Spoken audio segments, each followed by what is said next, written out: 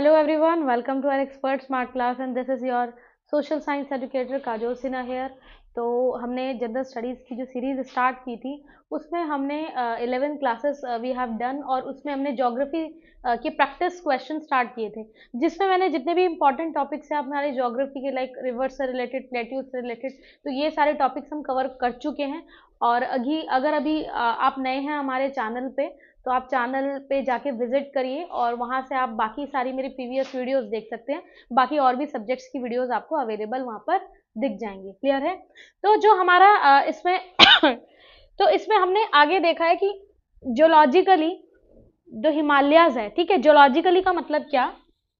Geologically का मतलब होता है भौगोलिक रूप से, ठीक है। जियोलॉजिकली का मतलब जब हम बात कर रहे हैं किसकी? क्रस्ट की, ठीक है। जब हम बात कर रहे हैं किसकी? क्रस्ट की, तो यानी कि जब हम भूमि की बात कर रहे हैं, जियोलॉजी की बात कर रहे हैं, तो उसके अकॉर्डिंग जो हिमालयन माउंटेन्स है represent a very youthful topography with high peaks. जो हिमालयन माउंटेन्स है उनकी उसकी टोपोग्राफी क्या है? जितनी भी वर्ल्ड की हाई पीक्स है, ठीक है, स्पेशली हाईएस्ट पीक हमारी क्या है? Mount Everest. माउंट एवरेस्ट कहाँ पे लोकेटेड है? हिमालयाज माउंटेन पे, ठीक है। तो ज्योग्राफिकली कह सकते हैं हम या जियोलॉजिकली कह सकते हैं कि हिमालयन माउंटेन्स पे हमारी अच्छी खासी क्या है? हाई पीक्स है। और ये ना टोपोग्राफी इसकी यूथफुल, मतलब कि हिमालयन माउंटेन्स जो है वो बिल्कुल लास्ट में बने हैं। हिमालयन माउंटेन्स से पहले आपके एंडीज, रॉकीज, ये सारे माउंटेन्स ऑलरेडी बन चुके थे। क्लियर है इतनी बात? ठीक है, आगे बढ़ते हैं। Deep valleys, fast moving reverse. Himalayan से क्या निकली है? बहुत तेजी से निकलने वाली रिवर। फास्ट स्पीडिंग का मतलब जिनकी स्पीड तेज होती है, जैसे हिमालय से हमारी निकलती है गंगा, यमुना, ठीक है, कोसी, आपकी ये सतलज। तो यानी कि जितनी भी हाई स्पीड वाली रिवर्स है वो कहाँ से निकलती है? सब हिमालय से। हिमालय की हाइट ही अपने आप में काफी ऊंची है, तो उस वजह से जब रिवर इतने टॉप से गिरेगी तो ऑब्वियस सी बात है स्पीड क्या हो जाएगी? हाई। उसके बाद the Himalayas and the northern plains are the most recent landforms. Himalayas और नदर्न प्लेन्स बिल्कुल नए लैंडफॉर्म है अगर हम इंडिया की बात करें, क्योंकि इंडिया में जो पेनिनसुलर इंडिया यानी जो साउथ वाला पार्ट था वो पहले से ही बन चुका था। उसके बाद हमारे हिमालयाज बने थे एंड देन आफ्टर हिमालयाज के बाद क्या हुआ था? नदर्न प्लेन्स हमारे फॉर्म हुए। अभी मैं आपको डायग्राम के थ्रू समझा देती हूँ कि ऐसा कैसे, ठीक है। फिलहाल आगे बढ़ते हैं। The peninsular plateau constitutes one of the ancient land masses, ठीक है। पेनिनसुलर प्लेट्यू हमारी जितनी भी ओल्ड लैंड मासेस है दुनिया में, ठीक है, उनमें से एक में काउंट होता है कि आपका जो साउथ का हमारा एरिया है यानी कि पेनिनसुलर प्लेट्यू, यानी कि जो साउथ इंडिया का प्लेट्यू है वो सबसे मतलब ओल्ड लैंड मास में आता है। उसके बाद most stable land blocks on the earth surface, ये मैंने आपको बता दिया। The northern plains are formed of alluvial deposit. देखो हमारे इंडिया में अलग अलग तरह की मिट्टी है, जिसमें सबसे ज्यादा है हमारी एलुवियल, ठीक है। एलुवियल कैसे बनी थी, कहाँ कहाँ पर ये मिलती है, इसको भी हम डिस्कस करते हैं। फिलहाल नदर्न प्लेन जो है मोस्टली एलुवियल सॉइल से कवर्ड है, ठीक है। पेनिनसुलर प्लेट्यू जो है वो इग्नियस और मेटामॉर्फिक रॉक से कवर्ड है और उसमें छोटे छोटे आपको हिल्स मिलेंगे, वैलीज मिलेगी। कहाँ पर? पेनिनसुलर प्लेट्यू में, यानी कि जो साउथ इंडिया है आपका, ठीक। Gondwana land further broke up into the peninsular India, Madagascar, Australia, Antarctica etc in the Jurassic period. देखो गोंडवाना लैंड के बारे में मैंने अभी आपको बताया था, ठीक है। इसमें क्या होता है? गोंडवाना लैंड टू पीसेस में टूट गया था, आपको बताया था मैंने अभी। पेनिनसुलर इंडिया, मेडागास्कर, ऑस्ट्रेलिया और अंटार्कटिका, ठीक है, ये सब उस टाइम के थे जब जुरासिक पीरियड था, यानी कि जुरासिक पीरियड यानी डायनासोर का जो एज था, जिस टाइम धरती पर सिर्फ डायनासोर ही थे और दूसरा कोई एनिमल या ह्यूमंस कुछ नहीं थे। तो उस टाइम की बात है। उस टाइम पे कौन सा हुआ करता था लैंड? गोंडवाना लैंड, ठीक है। ध्यान रखेंगे इसकी कौन कौन सी कंट्री है, तो ये 4-5 कंट्री इसमें इंक्लूडेड थी। Peninsular part of India is a part of Gondwana land formed for igneous rocks of Archean era which were transformed into geysers and schist। देखो इसको मैं समझा देती हूँ कैसे। जब हम बात करते हैं, ठीक है, जब हम बात करते हैं इंडिया के बारे में, इंडिया की ज्योग्राफिकल लोकेशन के बारे में, तो समझ लेते हैं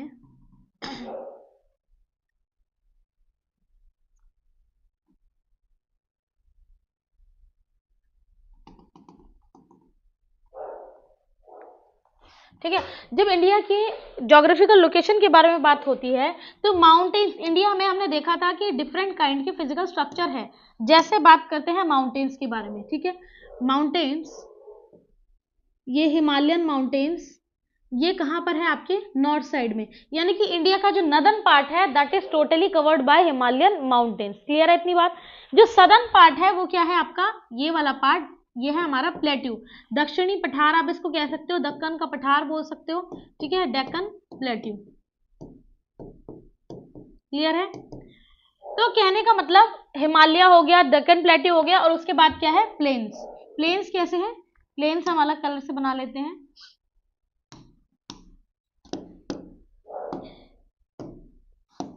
देखो ये वाला जो सारा रीजन है वो किस में आ जाएगा, प्लेन्स में। क्लियर है? तो सबसे पहले ओल्ड लैंड मासेस में क्या आएगा, ओल्ड लैंड मासेस में आएगा आपका प्लेट्यू, ठीक है। उसके बाद प्लेट्यू के बाद बना था हिमालय, और हिमालय के बाद लास्ट में फाइनली बना था हमारा नदर्न प्लेन। प्लेट्यू में जितने भी साउथ के स्टेट्स है वो आ जाते हैं, है ना, और नॉर्थ में हिमालयंस में आपके आ जाएंगे उत्तराखंड, जम्मू कश्मीर, लद्दाख, ठीक है, थोड़ा बहुत पंजाब का अपर पार्ट, तो ये सारे, मेघालय, सिक्किम, ठीक है, और अरुणाचल प्रदेश, ये सब आ जाएंगे हिमालयन माउंटेन्स के स्टेट में। और दूसरा आपका ये जो प्लेन एरिया है, यहाँ पे यूपी, बिहार, झारखंड, वेस्ट बंगाल, पंजाब, हरियाणा, ठीक है, ये सारे स्टेट्स आ जाएंगे प्लेन में। अब कहा जाता है कि भैया ये फर्स्ट नंबर पे प्लेट्यू बना था, सेकंड नंबर पे आपका हिमालय बना, और थर्ड नंबर पे आपका क्या फॉर्म हुआ लास्ट में, ये, ठीक है, प्लेन एरिया। कैसे? क्योंकि स्टार्टिंग में क्या हुआ करता था, स्टार्टिंग में ये सारे पार्ट थे गोंडवाना लैंड का। अब जब मैं अगर आपको बिल्कुल अलग से बताऊं, देखो जैसे ये आपका पूरा अर्थ, ठीक है, दूसरा कलर चेंज करके, अगर हम ग्लोब की बात करें, ठीक है, ग्लोब की बात करें अर्थ की, तो अर्थ में कुछ ऐसे पूरी एक जमीन हुआ करती थी, ठीक है। बाद में क्या हुआ, जब टेक्टोनिक प्लेट की थ्योरी निकल के आई, हमें पता लगा, तो ये जमीन क्रैक हुई, ये वाला पार्ट चला गया अपर और ये वाला हो गया लोअर। तो कहने का मतलब ये कि एक पार्ट तो हो गया यहाँ पर, ठीक है, एक पार्ट हो गया ये अफ्रीका वाला, और एक पार्ट हो गया ये वाला इंडिया, ठीक है, ये इंडिया। इस वाले पार्ट को कहा था हमने क्या, पेनिनसुला प्लेट्यू, और ये अफ्रीका, तो दोनों ही एक ही जमीन का हिस्सा थे। क्लियर है?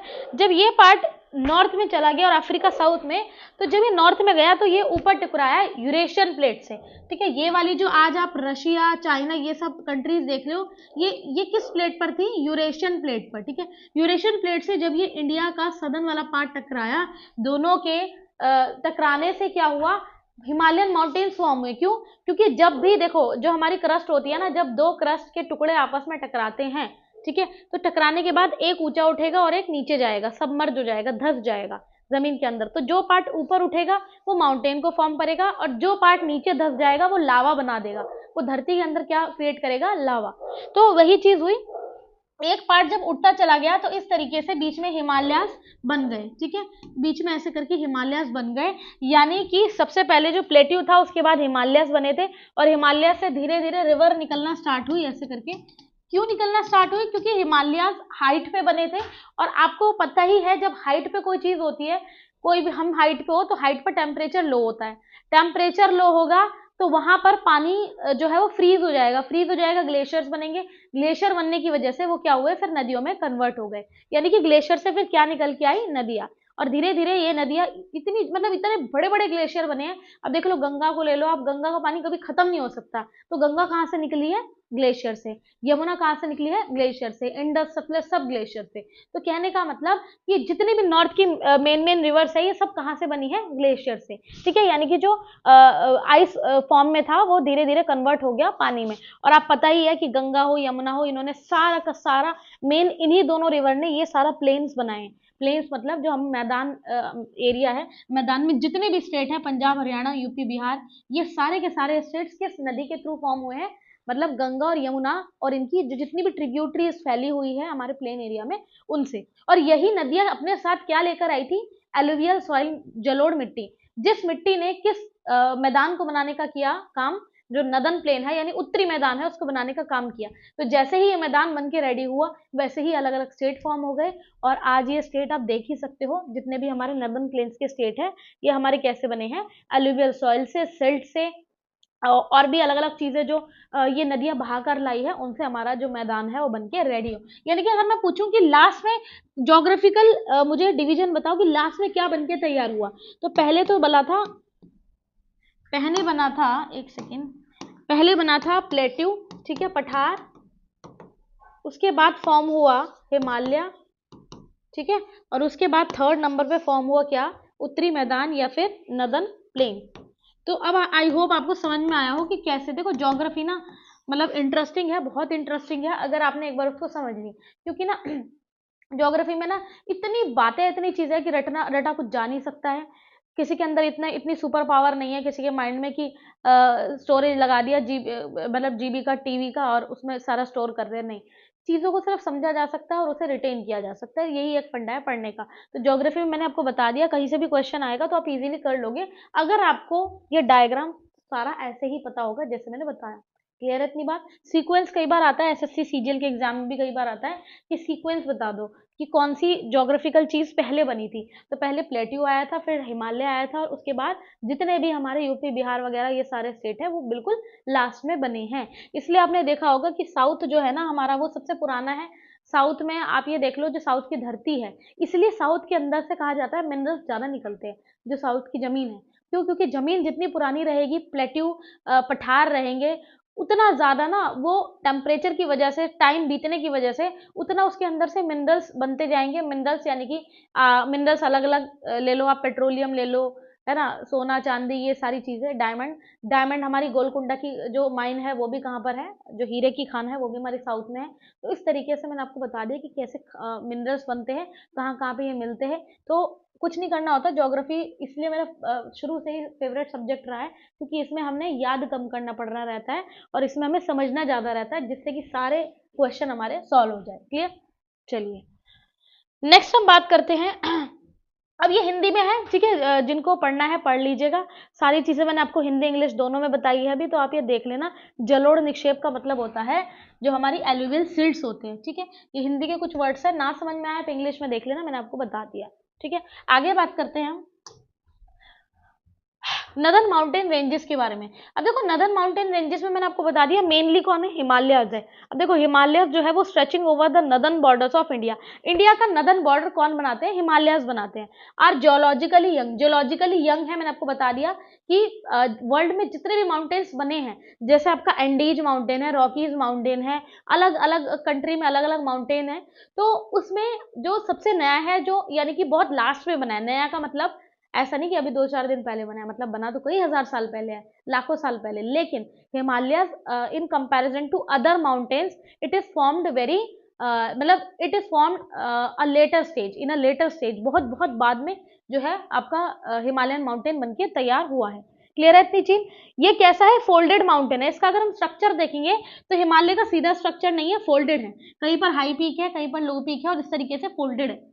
आई बात समझ में? तो ये फ्लैट में नहीं आएगा, ये फोल्डेड माउंटेन में इसको काउंट किया जाता है। द फॉर्मेशन ऑफ, जैसे कि हमारा एंडीज है ना, नॉर्थ अमेरिका और साउथ अमेरिका, ये देखो ये नॉर्थ अमेरिका है, ये साउथ अमेरिका है, तो यहाँ पर एंडीज और रॉकीज ये सारे भी फोल्डेड माउंटेन्स में आते हैं। The formation of Himalayas took place due to the collision of the Indian plate and Eurasian plate। मैंने बिल्कुल अब ये भी आपको बताया था थोड़ी देर पहले कि जो इंडियन प्लेट थी वो थी, उसको हम मतलब जो सदर्न प्लेट थी उसको हम इंडियन प्लेट बोलते थे, और यूरेशियन प्लेट कौन सी थी? यूरोप और एशिया वाला जो आज का पार्ट है उसे यूरेशियन प्लेट बोलते थे। दोनों का कॉलिजन हुआ, कॉलिजन का मतलब दोनों टकराए, एक प्लेट ऊपर गई, इंडिया वाली प्लेट ऊपर चली गई, यूरेशिया वाली प्लेट नीचे चली गई, तो इंडिया वाली प्लेट ने किस चीज को बना दिया? हिमालय को बना दिया। यानी आप देख सकते हो माउंट एवरेस्ट जैसी पीक, जो कि 9 किलोमीटर के आसपास की पीक है, 8,850 का इसका है, और इसका ना बढ़ता ही रहेगा आगे इन फ्यूचर में। माउंट एवरेस्ट की जो हाइट है वो बढ़ती रहेगी। क्यों? क्योंकि आज भी दोनों जो प्लेट्स हैं वो आपस में क्या है, एक दूसरे को प्रेशराइज कर रही है, एक दूसरे पर दबाव बना रही है। तो माउंट एवरेस्ट की हाइट आगे कितनी बढ़ेगी पता नहीं, ठीक है, लेकिन यह है कि बढ़ती रहेगी। नेक्स्ट है Karewas are the lacustrine deposit of glacier clay and other material embedded with moraines, there are found on the slope of Pir Panjal. देखो पीर पंजाल कहाँ पड़ता है? जम्मू कश्मीर में, यानी हिमालयन की ही रेंज है जो जम्मू कश्मीर में क्या कहलाती है? पीर पंजाल। अब पीर पंजाल में क्या है? स्लोप्स है, मतलब स्लोप्स मतलब ढलान। अब जो पीर पंजाल रेंज यानी पीर पंजाल माउंटेन की जो ढलान है उस पे करेवास पाए जाते हैं, ठीक है, मतलब करेवास के डिपॉजिट पाए जाते हैं, ग्लेशियल डिपॉजिट यानी बर्फ के डिपॉजिट पाए जाते हैं। तो इस तरीके से क्या है, जितनी भी हाइट के मतलब हिमालय की हाइट जहां पर अच्छी खासी है वहां पे ग्लेशियर्स मिलेंगे, वहां पर इस तरीके से सारी चीजें मिलने वाली है। Next, Himalaya extending from the Indus gorge in the west, ये थोड़ा ध्यान से समझना, अभी मैं मैप से बता रही हूँ। Himalayas extending from the Indus Gorge in the west, Brahmaputra Gorge in the east, terminate suddenly, taking sharp southward bend. These bends are called syntaxical bends of the Himalayas. अब देखो एक चीज समझो, हिमालयस कहाँ से कहाँ तक है, इसको हम अभी देख लेते हैं। कहाँ गई ये, यहाँ पर ना देखो हिमालयस की स्टार्टिंग कहाँ से है। हिमालय जो है वेस्ट में स्टार्ट हो जाता है, कहाँ से, यहाँ से, ठीक है, ऐसे करके वेस्ट से स्टार्ट होता है। तो यहाँ पर ना एक इंडस जॉर्ज है, तो इंडस जॉर्ज से ये स्टार्ट होकर ऐसे फोल्डेड स्ट्रक्चर में जाता है ईस्टर्न इंडिया तक। ईस्टर्न इंडिया में अरुणाचल प्रदेश में ये एक जॉर्ज के बाद टर्न होना स्टार्ट हो जाता है, जिस जॉर्ज का नाम है क्या, ब्रह्मपुत्र जॉर्ज। यानी कि ये है इंडस जॉर्ज और ये क्या है, ब्रह्मपुत्र जॉर्ज। जॉर्ज क्या होता है ये समझ लो कि ना जो माउंटेन होती है ना, जब माउंटेन कहीं पर मतलब कोई रिवर जब माउंटेन को काट देती है बीच में से, ठीक है, बीच में से इन द सेंस कि काफी बड़ी रिवर है, तो शुरू में जब माउंटेन बने तो माउंटेन ने रास्ता रोक लिया, बट वही है कि पानी को कोई रोक नहीं सकता है, और वो भी स्पीडी जो वाटर होता है। तो जब इंडस रिवर ने काट दिया माउंटेन्स को, तो वहां एक जॉर्ज बन के तैयार हो गया, समझ गए। तो उसी जॉर्ज से हमारा ये माउंटेन यहाँ से स्टार्ट हो जाता है और ये आपका ब्रह्मपुत्र जॉर्ज में फिनिश। और धीरे धीरे जब ये माउंटेन ऐसे करके जॉर्ज से होता हुआ साउथ में बेंड हो जाता है, तो उसको सिंटेक्सल बेंड बोलते हैं, यानी कि ये साउथ में मुड़ जाता है। अरुणाचल प्रदेश तक रहा, ठीक है, उसके बाद ये धीरे धीरे मुड़ना शुरू हो जाएगा हिमालयन माउंटेन्स। क्लियर है इतनी बात, ठीक है। तो यही चीज आपके जो है थियोरिटिकल पार्ट में बताई है इन्होंने, और मैंने आपको ये मैप वाइज समझा दी, ठीक है, कोई दिक्कत नहीं आएगी, ये मैप के थ्रू मैंने अच्छे से आपको एक्सप्लेन कर दिया। नेक्स्ट हम बात करते हैं, ये हो गया हमारा, ठीक है, ये था हमारा क्या, सिंटैक्सिकल बेंड्स। उसके बाद हम आगे बढ़ते हैं।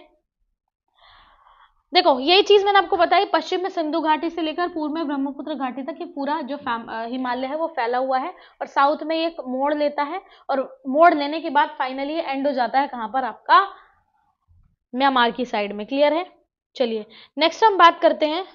अब देखो ये कुछ ना ग्लेशियर्स के नाम जो है, इसमें से कुछ खास ग्लेशियर मैं बता रही हूँ जो काफी बार आते हैं एग्जाम्स में, ध्यान रखेंगे। जैसे आपने सियाचिन के बारे में सुना होगा, बहुत बच्चों ने सुना होगा, और मतलब मुझे नहीं लगता कि आप में से सबने ना सुना हो। सियाचिन हाईएस्ट ग्लेशियर में आता है, वैसे भी अगर हम बात करें इंडिया के हाईएस्ट ग्लेशियर में क्या आता है आपका, सियाचिन। सियाचिन पड़ जाएगा आपका बिल्कुल यहाँ पे, आप देख लो बॉर्डर साइड में, ये आपका लद्दाख वाला जो पार्ट है, ठीक है, ये वाला जो पार्ट यहाँ पर क्या पड़ जाएगा, सियाचिन ग्लेशियर। हमारी जो इंडियन आर्मी है वो भी सियाचिन ग्लेशियर के पास ही डिप्लॉयड रहती है, मतलब वो तैनात वहीं पर होती है, और वहां की मतलब आप ये देख लो इतना माइनस में टेम्परेचर रहता है, और इंडियन आर्मी वहीं पर हमारी जो है प्रोटेक्शन कर रही है, ध्यान रखना। लोकेशन देख लो, काराकोरम रेंज। काराकोरम रेंज का है वो थोड़ा समझ लो, ये ना हिमालय की सबसे ऐसे करके अपर वाली रेंज है, ठीक है, इसे हम बोलते हैं क्या, काराकोरम रेंज। ध्यान रखना ये ग्रेटर हिमालय में आती है, यानी कि हिमालय की सबसे हाइट में जो रेंज है वो है काराकोरम, और काराकोरम का कुछ पार्ट आ जाता है आपका पीओके। अब पीओके क्या है वो समझ लो, क्योंकि पीओके में काफी कंफ्यूजन रहती है। पीओके है पाक ऑक्यूपाइड कश्मीर। यहाँ पर ये वाला जो हमारा पार्ट है ना, ये बेसिकली ये वाला पार्ट, ये हमारा पाक ने ऑक्यूपाइड यानी पाकिस्तान ने ऑक्यूपाइड किया हुआ है ये वाला पार्ट, इसलिए इसको बोलते हैं पाक ऑक्यूपाइड कश्मीर। तो पीओके में हमारा हमारे इंडिया की सबसे हाईएस्ट पीक है जिसका नाम क्या है, K2, ठीक है, K2। तो ध्यान रखिएगा इस तरह। लेकिन हम पता है क्या है, इंडिया के मैप आज भी अगर हम देखो ना, आप देखो तो आज भी बुक्स के अंदर या जो मैप आते हैं अलग से मार्केट में, उसमें आज भी हम अपने इंडिया में ये वाला पार्ट शो करते हैं, क्योंकि हमें पता है कि वो हमारा पार्ट था, ठीक है, और इन फ्यूचर क्या पता आ जाए वापस, वैसे तो अभी मुश्किल है, तो वो चीज आप ध्यान रखना। वैसे ये वाला पार्ट अभी फिलहाल पाकिस्तान के अंडर में है, पाकिस्तान के कंट्रोल में है, वहां यहाँ पे जो पाकिस्तान की आर्मी तैनात है। क्लियर है इतनी बात। तो ये मैंने आपको अच्छे से बता दिया काराकोरम के बारे में, मतलब ये जो चीजें मैं एक्स्ट्रा बताती हूँ ये प्लीज नोट भी कर लिया करो जिसको नहीं पता, क्योंकि यहीं से जो है क्वेश्चन बन के आता है एग्जाम में। नेक्स्ट है बाल्टोरो। बाल्टोरो भी काफी अच्छी मतलब काफी अच्छा ग्लेशियर है, बड़ा ग्लेशियर है, ठंडा है, ये भी कहाँ मिल जाएगा, काराकोरम, ठीक है। वैसे ना 4 तो मेन है काराकोरम के, वो ध्यान रखो, जैसे सियाचिन, बाल्टोरा, हिस्पर और बियाफो, ठीक है, सियाचिन, बाल्टोरा, विस्पर और बियाफो, ध्यान रखना। एक है चोगोलुंगमा। चोगोलुंगमा जो है वो चाइना की साइड पड़ेगा चोगोलुंगमा ग्लेशियर थोड़ा सा इंडिया और पाकिस्तान के बॉर्डर पे पड़ जाएगा इस साइड में, ध्यान रखना। देखो नाम इसका चोगोलुंगमा इसलिए रखा गया क्योंकि चाइना के लोगों ने रखा था इसका नाम, नाम से पता लग रहा होगा आपको, पर ध्यान रखना ये बॉर्डर पे है तो कुछ हमारे लिए भी इम्पोर्टेंट हो जाता है। खुर्दोपिन आप देख सकते हो, इतना इंपॉर्टेंट नहीं है ये, रीमो भी इतना नहीं आता, पुनमा भी देख लेना, लेकिन जो मैंने आपको बताया सियाचिन, बाल्टोरो, हिस्पर बियाफो और चोंगोलुंगमा, इनके बारे में एग्जाम में काफी पूछा जाता है, ध्यान रखेंगे ये चीज। चलिए नेक्स्ट हम बात करते हैं। अब देखो गंगोत्री के बारे में, बहुत इंपॉर्टेंट, ठीक है ना, गंगोत्री से बताया मैंने बार बार आपको, गंगोत्री ग्लेशियर से गंगा फॉर्म होती है। केदारनाथ का जो ग्लेशियर है वो काफी इंपॉर्टेंट है, ठीक है, केदारनाथ उत्तराखंड। उसके बाद आ जाओ आप कंचनजुंगा, ठीक है, कंचनजुंगा जो आपका पड़ जाएगा कहाँ, सिक्किम और नेपाल के बॉर्डर में, क्लियर है। तो ये 2-3 चीजें ये मैंने बता दूं, ध्यान रखना। देखो कंचनजुंगा कहाँ पे है, ये जो है ये उत्तराखंड वाला पार्ट है और ये सिक्किम वाला, ठीक है। तो ये है अपना चाइना और ये इंडिया, तो सिक्किम और ये नेपाल, यहाँ के बॉर्डर पे पड़ता है कौन सा, हमारे इंडिया की हाईएस्ट पीक जिसका नाम क्या है, कंचनजुंगा, क्लियर है इतनी चीज। तो ये सब चीजें आप ध्यान रखेंगे। नेक्स्ट है वैली के बारे में बात करेंगे। वैली क्या होता है, देखो वैली जो है वो ना किसी भी दो माउंटेन के बीच का पार्ट होता है, ठीक है, it is a low lying area between hills और माउंटेन। जैसे ये दो माउंटेन्स हैं, ठीक है, इनके बीच का जो पार्ट है ना इसे हम बोलते हैं क्या, वैली, ठीक है, ध्यान रखेंगे इस चीज को। The valley is a low lying area between hills और mountain, geographically the fertile plains of the river are known as the river valley. देखो यहाँ से नदी ऐसे क्रॉस होके जाती है, ठीक है, नदी जाती है, तो नदी अपने साथ काफी सारी मतलब मिनरल्स लेके आती है। अब देखो माउंटेन्स पे मिनरल, जो भी मिनरल है वो लेके आएगी, सेडिमेंट लेके आएगी, सिल्ट यानी पत्थर के टुकड़े लेके आएगी बड़े छोटे, तो यहाँ पर वो जो जमा कर देती है, तो इसे हम क्या बोलते हैं, रिवर वैली। आई बात समझ में। तो ये मैंने मैप के साथ ढंग से समझा दिया, ये आपको ये ऐसे रटने की जरूरत नहीं पड़ेगी, क्लियर है। हिंदी में लिखा हुआ है, देखो हिंदी में भी, घाटी पहाड़ियों या पर्वतों के बीच का निचला क्षेत्र है और भौगोलिक दृष्टि से नदियों के उपजाऊ मैदानों को नदी घाटी के नाम से जाना जाता है। यानी हम बेसिकली हम ये कह सकते हैं कि जहां पर अच्छी खेती की जा सकती है वहां पर वो कहाँ पर होती है, वैली के पास अच्छी खेती होती है, जितनी भी रिवर वैलीज है उनके पास अच्छा खासा फार्मिंग हो जाता है। तो ये था वैली के बारे में। मतलब ये जो टॉपिक चल रहा है ये इतना इंपॉर्टेंट है कि यहाँ से जब भी ज्योग्राफी का नाम आता है तो यहाँ से जो भी पेपर बनाते हैं यहाँ से क्वेश्चन जरूर लेते हैं, चाहे एक ले चाहे दो, बट लेते जरूर है। नेक्स्ट है ग्रेटर हिमालय। अब देखो ग्रेटर, मिडल और शिवालिक, इनके बारे में थोड़ा ढंग से समझेंगे क्योंकि काफी इंपॉर्टेंट टॉपिक है, ठीक है। Greater Himalaya, these are also known as inner Himalaya और हिमाद्री। देखो ग्रेटर को हिमाद्री या इनर क्यों बोलते हैं, जब हमारा इंडिया फॉर्म हुआ था तो उसमें 3 रेंजेस बनी थी। पहली रेंज जो बनी थी वो कौन सी थी, ग्रेटर हिमालय। ये मैं बना के दिखा रही हूँ, ढंग से देख लेना। सबसे जो हाइट पे बनी है, मतलब जिसकी जितनी भी हाइट जा सकती थी, जैसे माउंट एवरेस्ट की सबसे ऊंची गई, माउंट एवरेस्ट से ज्यादा किसी की हाइट गई नहीं जब ये बन रहे थे, तो 9 किलोमीटर के आसपास जब हाइट बनी तब वहां रुक गई, ग्रेटर हिमालय वहां पे रुक गया, यानी कि हाईएस्ट पीक बन गई माउंट एवरेस्ट, ठीक है। तो ये था हमारा ग्रेटर हिमालय और इस पे बर्फ जम गई, इसलिए इसका नाम रखा गया क्या, Himadri. Next, this is the highest range of Himalayas, बता दिया मैंने। एवरेज हाइट जो है वो 6100 मीटर है। एवरेज का मतलब कि वैसे तो अगर हाईएस्ट पीक इसकी पूछे ग्रेटर हिमालय की तो वो क्या है, माउंट एवरेस्ट, लेकिन अगर एवरेज पूछे कि एवरेज कितना है बाकी सारे माउंटेन्स का, तो वो हमारा है 6100 किलोमीटर, सॉरी 6100 मीटर, यानी कि वही 6.1 किलोमीटर के आसपास। It contains all the major ranges of Himalayas, ठीक है, जितनी भी मेजर रेंजेस आप लगा लो हिमालयस की, जैसे कंचनजुंगा लगा लो, K2 लगा लो, और भी बड़ी बड़ी पीक होती है हमारे इसमें, ठीक है। तो ये सब, अन्नपूर्णा है ना, तो ये सारी जितनी भी हाईएस्ट पीक है वो सारी की सारी किसमें है, हमारे ग्रेटर हिमालयस में। नेक्स्ट, 120 किलोमीटर से, देखो इसकी जो रेंज है, मतलब रेंज का मतलब कि अगर हम बात करें नॉर्थ से लेकर ईस्ट से लेकर वेस्ट तक, वेस्ट से लेकर ईस्ट तक, तो 120 किलोमीटर से लेकर 190 किलोमीटर का जो है इसका रेंज रहती है, यानी कि इसकी जो लेंथ है और इसकी जो विड्थ है वो भी अलग होती है, ठीक है। काफी लंबी रेंजेस में भी आता है कौन, हमारा हिमालय। लेकिन वर्ल्ड के, अगर आपसे पूछा जाए कि वर्ल्ड का लार्जेस्ट जो है माउंटेन रेंज बताओ, लार्जेस्ट का मतलब जिसकी चौड़ाई अच्छी है, जिसकी ऊंचाई भी अच्छी है, ठीक है, वो लार्जेस्ट में आ जाएगा, मतलब हाइट और विड्थ, अगर दोनों के बारे में पूछा जाए तो आपको लगा के आना है क्या, हिमालयस। लेकिन अगर आपसे पूछा जाए कि वर्ल्ड की लॉन्गेस्ट माउंटेन रेंज बताओ, लॉन्गेस्ट का मतलब जिसकी लंबाई ज्यादा है, पीक की बात नहीं हो रही है, हाइट की बात नहीं हो रही, जिसकी लेंथ ज्यादा है, तो लेंथ जिसकी ज्यादा है वो है एंडीज माउंटेन, ठीक है, एंडीज माउंटेन। तो ध्यान रखना हाईएस्ट पे लगाना है हिमालयन, और लंबाई के अनुसार लॉन्गेस्ट के अकॉर्डिंग लगाना है आपको एंडीज। अब आ जाओ ग्रेटर हिमालय रेंज, जिसको हम सेंट्रल एक्सियल रेंज भी बोलते हैं। ये इंडस रिवर के जॉर्ज से शुरू होकर ब्रह्मपुत्रा तक खत्म होता है। मैंने आपको बता दिया अच्छे से ये वाला पॉइंट।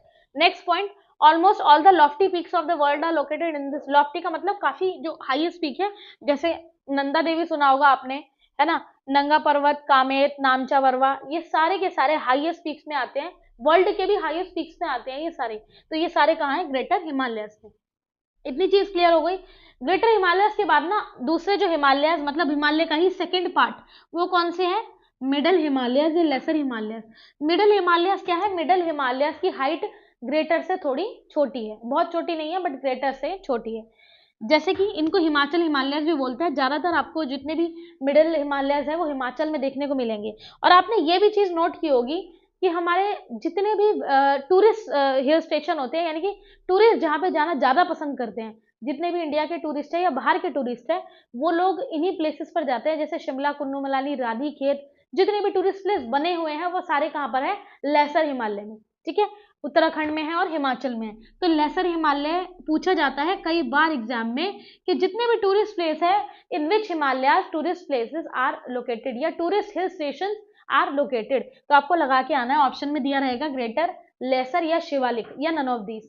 तो आपको करना है मार्क किसको? लेसर हिमालयस को, ठीक है। बता दिया मैंने क्यों, क्योंकि हाइट इसकी मतलब बहुत ज्यादा नहीं है, ठीक है। और तो लोग जो है घूमने लद्दाख भी जाते हैं, है ना, ग्रेटर हिमालय पे, बट मोस्टली आपको मेजोरिटी में जो पॉपुलेशन मिलेगी, टूरिस्ट पॉपुलेशन, वो कहाँ मिल जाएगी? आपकी हिमाचल हिमालय यानी कि लेसर हिमालय में। क्लियर है इतनी बात? ये बहुत डिटेल में मैं इसलिए बता रही हूँ ताकि ना कोई भी ऐसी चीज ना हो जो आपको डाउट में रखे, आपकी समझ ना आए या आपके नॉलेज से बाहर हो जाए। चलिए, ये हिंदी में है, ठीक है। इन्हें लघु हिमालय, मध्य हिमालय बोलते हैं। ये सब आप पढ़ लेना, एक ही बात लिखी हुई है। जो स्क्रीनशॉट लेना चाहे वो ले सकते हैं। नेक्स्ट हम बात करते हैं ग्रेटर हिमालय जो है वो मिडल हिमालय से कैसे सेपरेट होता है। Central thrust. देखो सेंट्रल थ्रस्ट का मतलब क्या होता है? ये जैसे मान लीजिए ये ग्रेटर हिमालय है और ये क्या है? मिडल हिमालय। तो इनके बीच में कोई ना स्पेस भी तो होगा ना, तो वो वही स्पेस क्या होता है? थ्रस्ट कहलाता है, ठीक है। उसे हम क्या बोलते हैं इंग्लिश में? Thrust. Its breadth is 60 to 80 kilometre and average height is 3000 to 4500 kilometre metre. ध्यान से सुनो, मिडल हिमालय जो है उसकी जो विड्थ है, विड्थ का मतलब जो चौड़ाई है वो कितनी है? 60 से 80 किलोमीटर, और उसकी जो हाइट है, एवरेज हाइट, वो 3000 से 4500 है। देखो कितना डिफरेंस है। ग्रेटर की मैंने आपको जो हाइट बताई थी, एवरेज हाइट, वो कितनी थी? 6.1 किलोमीटर, और इसकी हाइट कितनी हो जाएगी?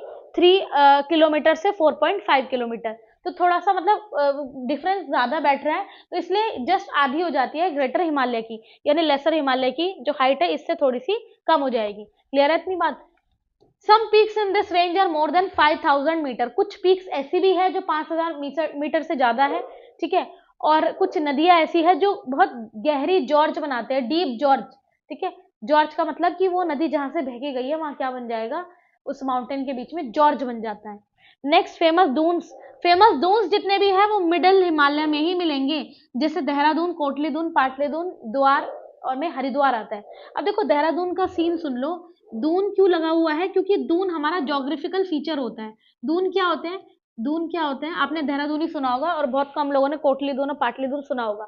दून बेसिकली क्या होते हैं? जैसे ना ये ग्रेटर हिमालय और ये आपका ये है मिडिल हिमालय, ठीक है। तो ग्रेटर और मिडिल हिमालय जब बन रहे थे, सबसे पहले ये बना था, उसके बाद ये बना था। जब ऐसे करके रिवर आ रही थी ग्रेटर हिमालय से मिडिल हिमालय के बीच में, तो रिवर ने क्या किया? रिवर ना जब बहुत स्पीड से गिरती है हाइट पे से, तो ग्रेटर हिमालय से जब जैसे गंगा गिरी होगी और बाकी सारे रिवर, तो स्पीड में गिरने की वजह से ये अपने साथ जितनी भी चीजें थी, पत्थर वगैरह, सबसे पहले तो इसने हैवी चीजें जो है सबसे पहले गिराई होगी, है ना, मैदानों पर। तो ये सारी चीजें गिरा के उसके बाद इन्होंने एलुवियल सॉइल जनरेट किया। इन्होंने किसने? रिवर से। तो धीरे धीरे धीरे धीरे हर ये जो आपका पड़ता है ना, क्या बोलते हैं, हरिद्वार है, देहरादून है, ये सारा पानी से भरा हुआ था। मतलब यहाँ पे आज जो आप इतनी पॉपुलेशन बसी हुई देख रहे हो, या पॉपुलेशन नहीं थी, यहाँ सब कुछ पानी था, टोटल पानी था हरिद्वार और देहरादून में। लेकिन क्या हुआ वक्त के साथ, जब इसके आगे ना शिवालिक तैयार हो गया, शिवालिक तैयार हो गया तो शिवालिक को क्रॉस करती हुई नदी क्या है और साउथ में बहने लगी, क्योंकि नदियों का रास्ता कोई नहीं रोक सकता। एक टाइम तक माउंटेन ने रोका, बट फिर नदी जो है वो शिवालिक क्रॉस करके बह गई। अब जब सारा नदियों का पानी एक साइड से निकलने लगा तो धीरे धीरे जो देहरादून वाला जो दून एरिया था वहां से सारा पानी निकल गया, और फिर एक टाइम बाद क्या हुआ, वो सारा एरिया प्लेन होने लगा। आज भी देहरादून और हरिद्वार में आप चले जाओ, वहां पे सारे मोटे मोटे पेबल्स मिल जाएंगे आपको, ठीक है, यानी जो नदियां अपने साथ भाग के लेके आई थी सेडिमेंट्स, वो सारा मिल जाएगा। लेकिन आज वहां पे पॉपुलेशन बस गई है और इस तरीके से शहर बन गए हैं देहरादून और हरिद्वार। क्लियर है? तो मतलब ज्योग्राफी में ना इतनी बढ़िया चीजें हैं जानने के लिए कि अगर आप इंटरेस्ट लेके पढ़ो तो नॉलेज भी बढ़ती है, प्लस मजा आता है चीजों को पढ़ने में। ठीक है, तो इस तरीके से हरिद्वार बना, कोटलीदुन पाटलीदुन सब इस तरीके से बने। नेक्स्ट हम बात करें, these are part of Himalayan mountains. ठीक है, ये सब किसका पार्ट है? हिमालयन माउंटेन्स का। इसके बाद नॉर्थ में they are known as Patkai Bum. Patkai Bum Naga hills मैंने पहले भी आपको बताया था, एक बार और बता देती हूँ। ये जितना भी हिमालय जो है, जब ये हिमालय ऐसे टर्न हो जाता है ईस्ट साइड में, तो यहाँ पर अरुणाचल प्रदेश, नागालैंड, मणिपुर, त्रिपुरा, मिजोरम, यहाँ पर अलग अलग नाम है। जैसे ये मैंने आपको पहले बताया हुआ है, अरुणाचल प्रदेश में पटकाई बूम है, नागालैंड में नागा हिल्स है, मणिपुर हिल्स है, तो अलग अलग हिल्स है, ये आपने पढ़ लिया है। क्लियर है? ठीक है, तो ये कुछ हमने देखा था। Next, these are low hills. ठीक है, लो हिल्स है सारी की सारी, और ट्राइबल ग्रुप्स है। ऑब्वियस सी बात है, देखो अरुणाचल प्रदेश चले जाओ, मणिपुर, त्रिपुरा, मिजोरम चले जाओ, वहां पर सारी आपको जनजातियां मिलेगी। जनजाति लाइक कि उनके अपने ही मतलब शहर में नहीं है, वो लोग अपने ही बस्तियों में लगे पड़े हैं और अपना जंगल में रह रहे हैं। उनको अगर कहा भी जाए ना कि भैया शहर में आके रह लो, तो वो तब भी नहीं मानेंगे, क्योंकि उनका एक ना ट्रेडिशनल परंपरा है उनकी, भैया उनको वही पसंद आता है।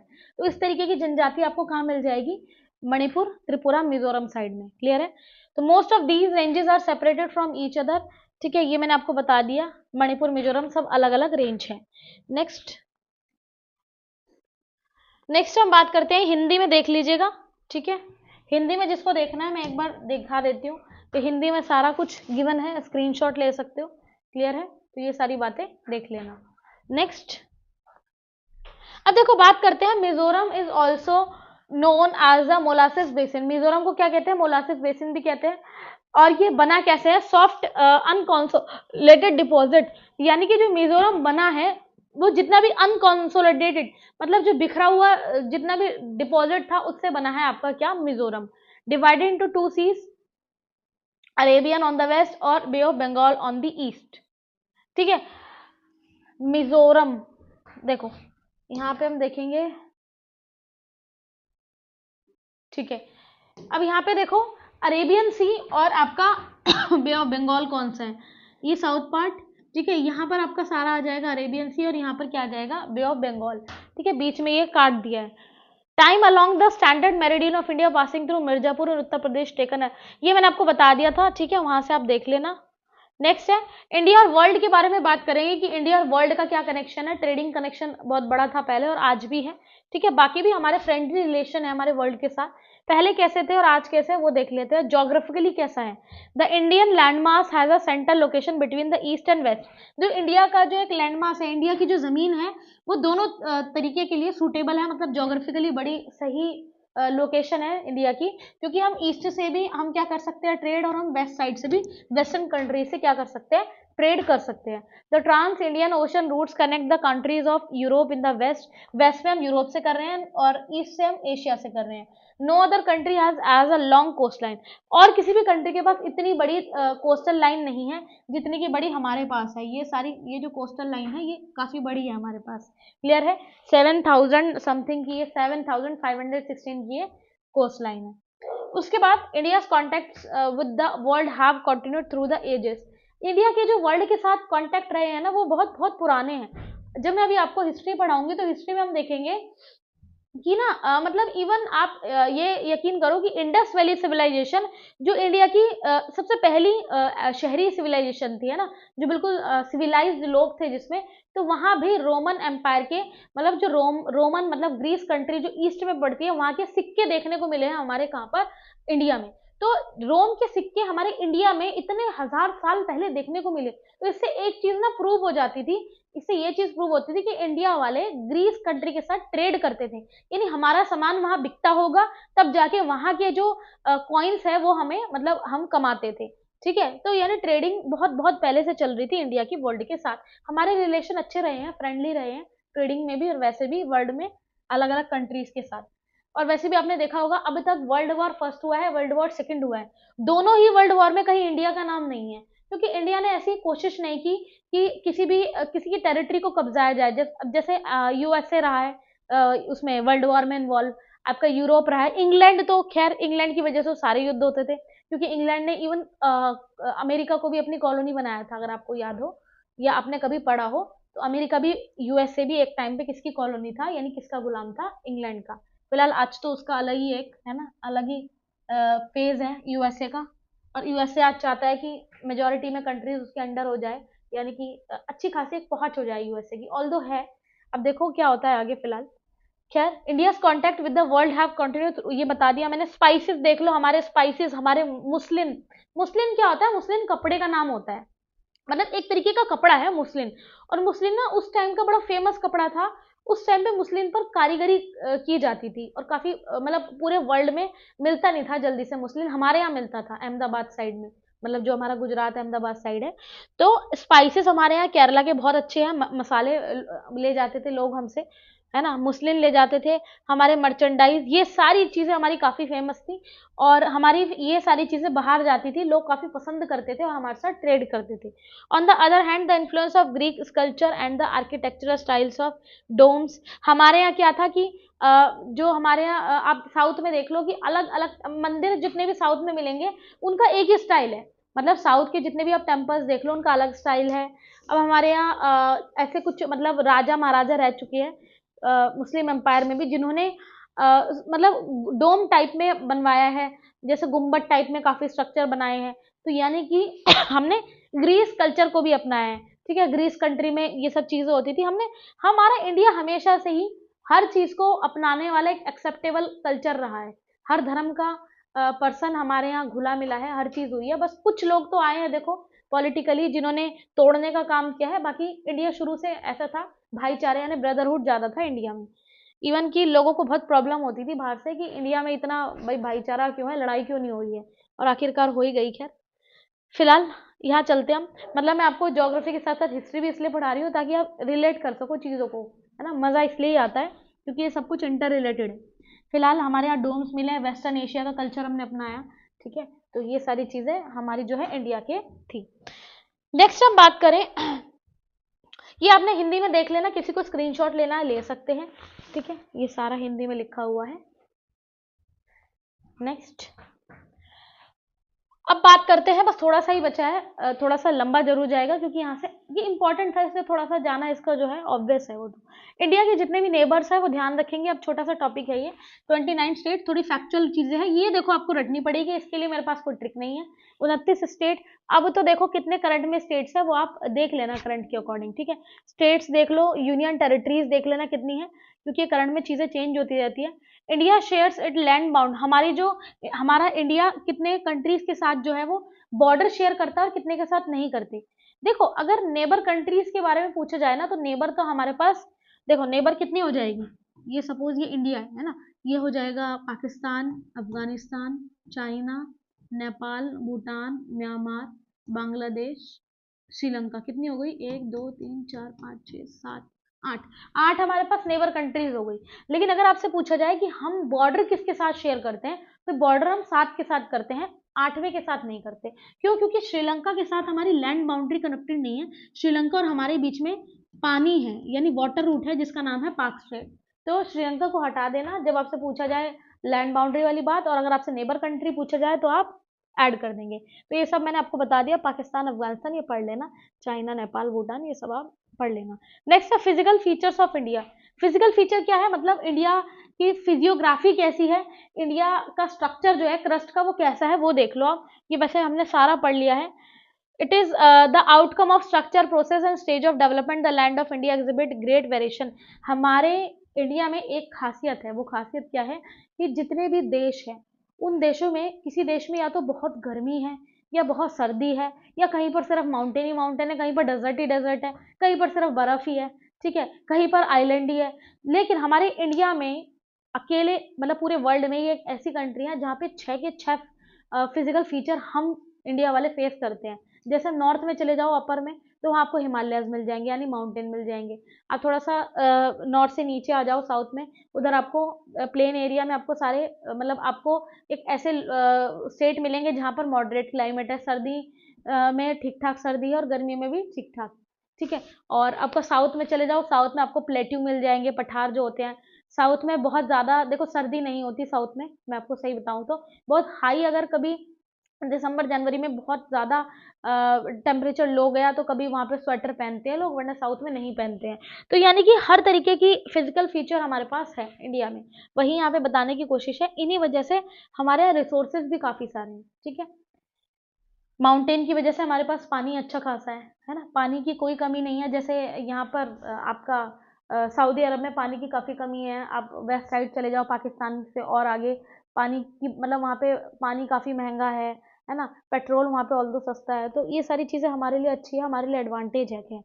Next, Indian land mass was the part of great Pangaea. ये मैं आपको बता दिया था कि बहुत बड़ा पेंजिया हुआ करता था, एक ज़मीन हुआ करती थी जिसका एक पार्ट था क्या, इंडियन लैंड मास।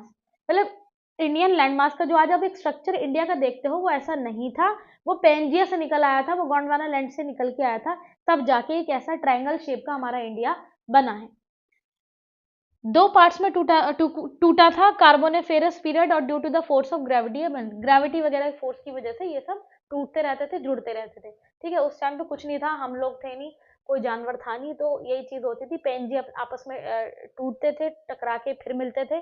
और जो ओशन है उसी तरीके से बाद में 7 कॉन्टिनेंट बने और 5 ओशंस बने।